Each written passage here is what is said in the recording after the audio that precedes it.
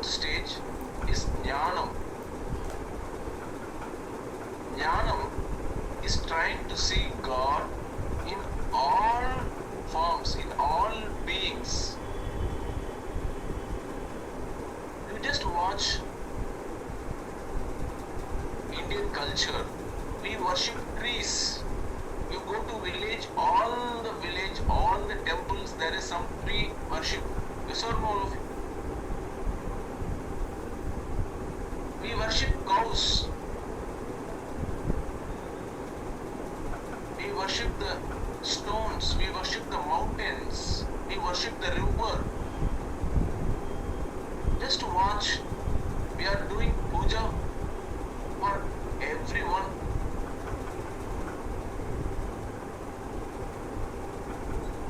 We give different names to it. But what is this worshipping everything? The Western people get confused seeing our practice. And they ask me, how do you worship? How many gods you have? I used to tell them, nearly 1 lakh, even more than 1 lakh God we have. And they say, we have only one God, it is easy. But you have, how many gods you will worship? Do you think you are not wrong? They ask me. I tell them, you have to understand a great secret behind our worship. We have so many gods, we worship so many forms. Our mind cannot be crystallized in one form because the God is in many forms. And slowly we are trying to understand that bhakti, devotion is something happening within a man. It is not happening outside. A really devoted, a really devotional man, a devotion has happened within a man, a bhakti has happened within a man. He can bow down before anyone, surrendering his ego. The devotion is happening within, it is a state. Devotion is a state. It is a state of surrender, saranagati. See, Hanuman surrendered himself 100% to Rama. He forget that a man called Hanuman is living. He only remember Ram. He forget himself. Surrender means forgetting ourselves. Self-identity, dissolving of self-identity. In a certain period, people attain enlightenment only through bhakti. No practice needed for them. No meditation needed for them. Nothing needed. Just they can surrender themselves and they experience their self-identity diluted, their universal identity established. That much open-minded they are one time.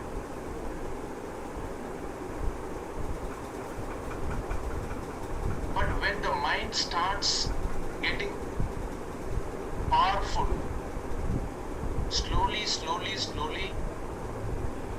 the habit of surrendering, saranagati, has stopped. People go to temple and they bow down fully, have you watched? That is called Ashtanga Namaskar. They did Saranagati. That is a physical form. They do physically, but internally they are not able to surrender. A man with Saranagati will never have any worries. A man with Saranagati will never have any mental fluctuations because he has given himself to God. That is why Hanuman is never worried because he have only one form, that is Rama. He will take care of everything. And he is only living within me. I am not at all there. And when someone asked, where is Rama? He opened his heart. Come on, see. And Rama is there in his heart. This is not a just, you can see just as a story. But you can go more deeper into it and understand there is no Hanuman at all because he has given himself 100% to Ram, and only Ram is living in the Hanuman. That is the meaning of surrenderness. That is the meaning of Saranagati. Self-identity is lost. I am not there at all.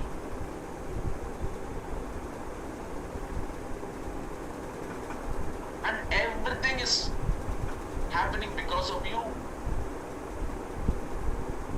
I am your slave.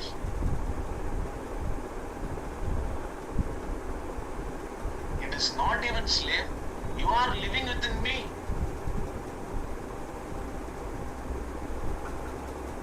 That is what a Saranagati means. And when that Saranagati happens to a Bhakta, all his worries is diluted when he bow down and falls in front of his devotee, in front of his God.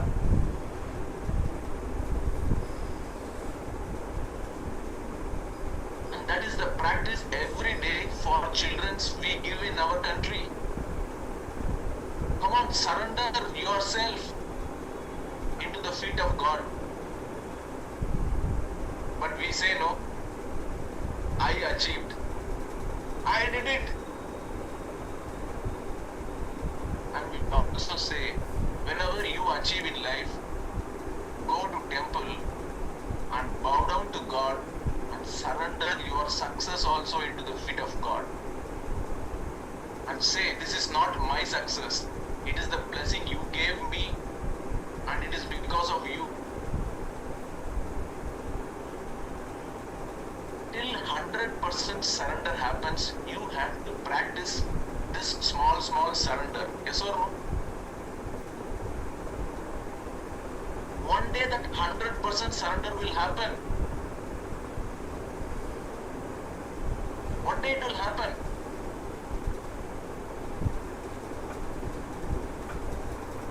But before that, you have to start surrendering yourself. And how can you be worried when you surrender that He is going to take care of everything and everything is going right because of His blessings?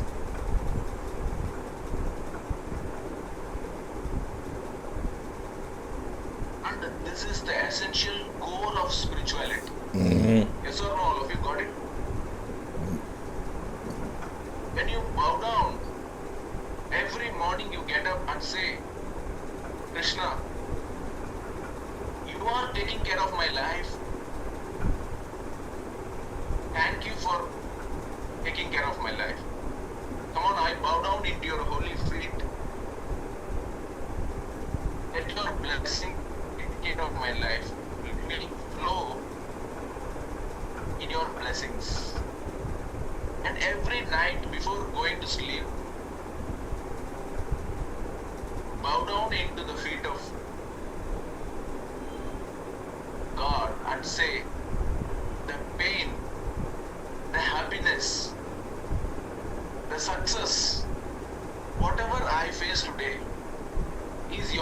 blessings. Is you are teaching to me, you are talking to me in the lessons of life. Thank you for whatever you have given me. I bow down to your holy feet and I submit all my ego, fame, and I-ness in your holy feet. I surrender myself to you. This true practice is the core of essential. Every morning, start your life, start your day with Saranagati, and every night to bed with Saranagati, and your whole life will change. Yes or no, all of you? This is the core of spirituality.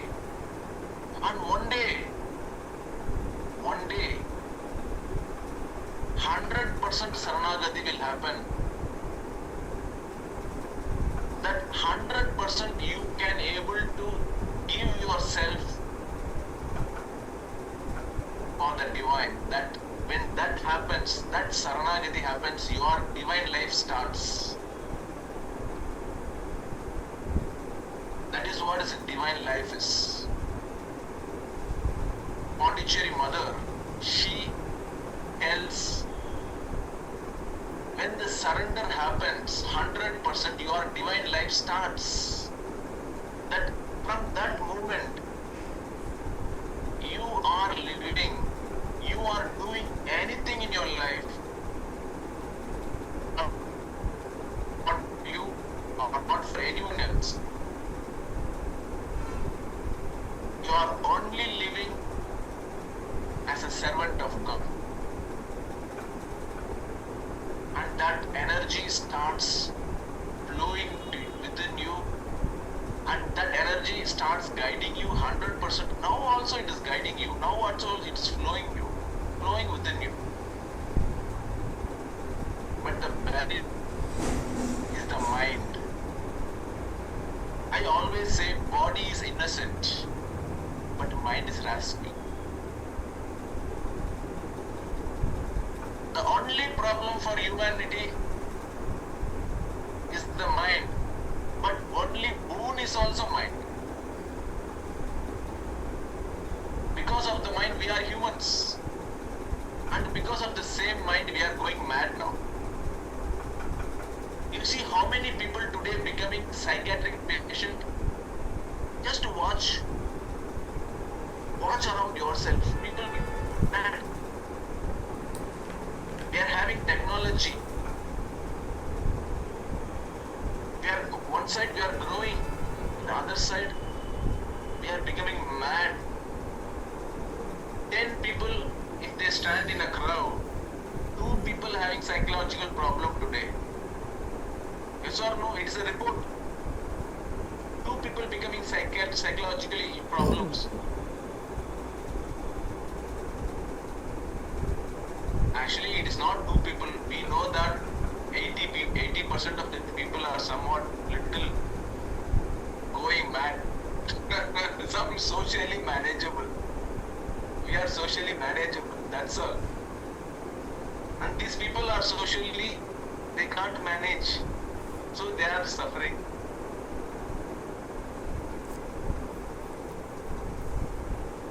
The same mind which God has given to help us, now the same mind is creating a grip.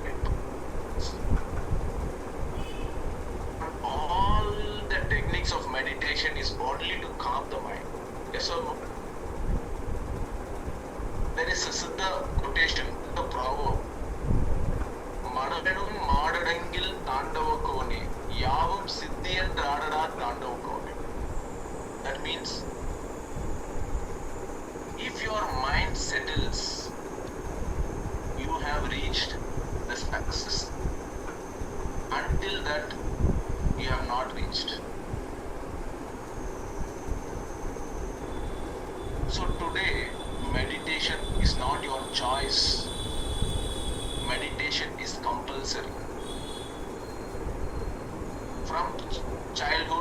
teach your children's meditation, because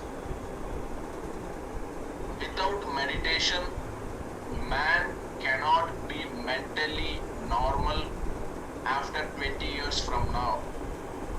Just mark this point. Only the people who are meditating can be mentally normal after 20 years from now, 2024. Mark these words. After 20 years from now, man will become mad. He can't be normal. Already 4G, 5G, how many G is coming? That much mental sickness will come. Yes or no, all of you? Type in the chat box. How much internet speed it is increasing, that much mental illness will increase.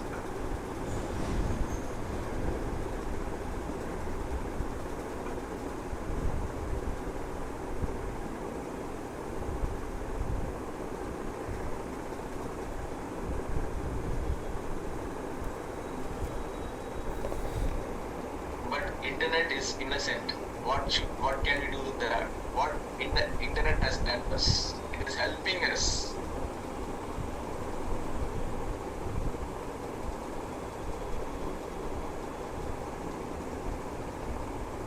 One woman, one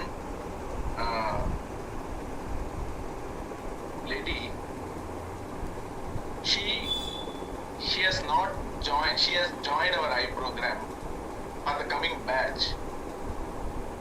She called us last week. It happened. She called us the last week, and it is that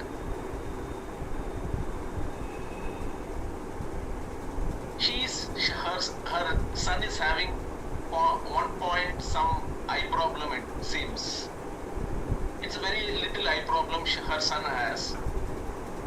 So she called us. And she has joined for the next batch for Yoga. And just she was telling about what she is doing for her small child. The child is, I think it is 2-3 years boy. 3 to 4 years boy only he is. And she is applying all the techniques which even I don't know. I asked her, why are you applying? See, she has become Ayurvedic doctor. She has becoming yoga therapist. She talks about homeopathy. She talks about Siddha medicine. She talks about everything. She didn't leave any topics. She is talking everything. And even I was surprised.